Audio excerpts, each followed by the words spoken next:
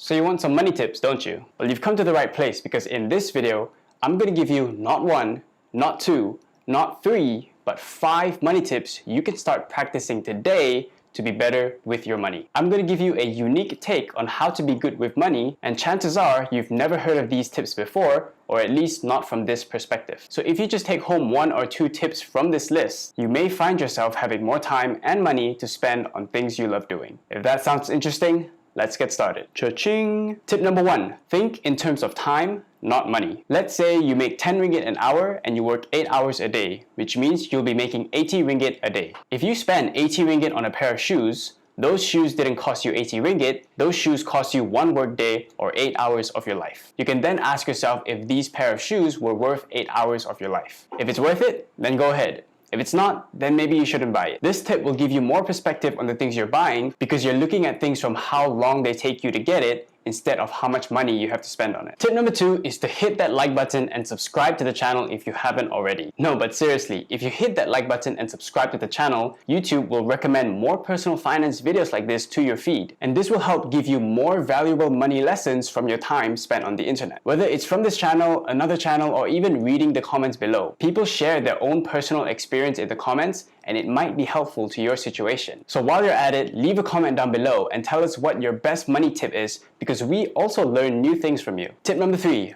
buy things that save you time. In the past, when I used to drive to school every day, I would take the road with no tolls just to save a bit of money. But the problem with the no toll routes is that there's usually more traffic, and that will cause me more stress. Add it all up, and taking more of my time, giving me more stress, and probably taking more petrol, it wasn't worth it. Now looking back, I would rather spend that money taking the toll roads because it would save me more time and I can use that time to be more productive. If taking a Grab would cost you 40 ringgit for a half-hour journey, but in that journey, since you don't have to drive, you can take a phone call that can make you 100 ringgit, then taking that Grab would make sense because it would be more productive for you to spend money on things that save you time, where you can use that time to make more money than you spend. Find out how much your time is worth and then spend money on things that save you time that you can use to make more money than you spent. Tip number 4, track all your expenses, but not just that, make it a game. You've probably heard this tip of tracking your expenses before, but if you want to make it more interesting and less like a chore, then you can turn the chore of tracking your expenses into a fun game that you enjoy doing. There are lots of ways to turn your money goals into a game, like rewarding yourself when you hit a specific money goal. I do this on my own money tracker sheet. Every month when I fill in the columns of my net worth, it feels like I'm leveling up in a game because I can see my progress, and it keeps me more interested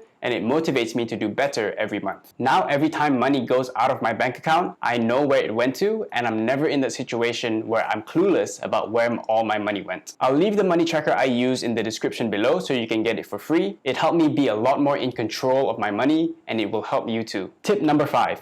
Have a decision-making process when it comes to money. It's the end of the year and there are going to be lots of sales. 11/11, 12/12, Cyber Monday, Black Friday, you name it. So to avoid making purchases that you'll regret, have a decision-making process that you can count on whenever you feel like buying something. The standard thing would be the 24-hour or 7-day rule, where you wait for 24 hours before you make a purchase, or even 7 days in some cases if you were to make a big purchase. But if you can't wait for 24 hours or 7 days, and if you want to take it a step further, then ask yourself these questions. Number 1, if my best friend was in my position, what would I advise my best friend to do? Sometimes the advice we give our best friend is exactly the advice that we need to follow. It's like how everyone feels that they give the best relationship advice while they're still single. It's because we don't listen to our own advice enough. The second question to ask is, how will this affect me in 10 days, 10 weeks, 10 months, and 10 years. This will give you perspective on how important your purchase actually is. If the amount you're spending is too small that it won't affect you so much in the long term, then it's okay to spend a little bit of money on things that you like. On the other hand, if you're buying something that doesn't give you long-term value, then it's better to know that before making the purchase. So those are the 5 unique tips that I have on how to be good with your money. I want to know down in the comments below, what are your best money tips that you followed that helped you a lot in your personal finance journey? We really appreciate you sharing your thoughts. If you want to start creating an investing habit,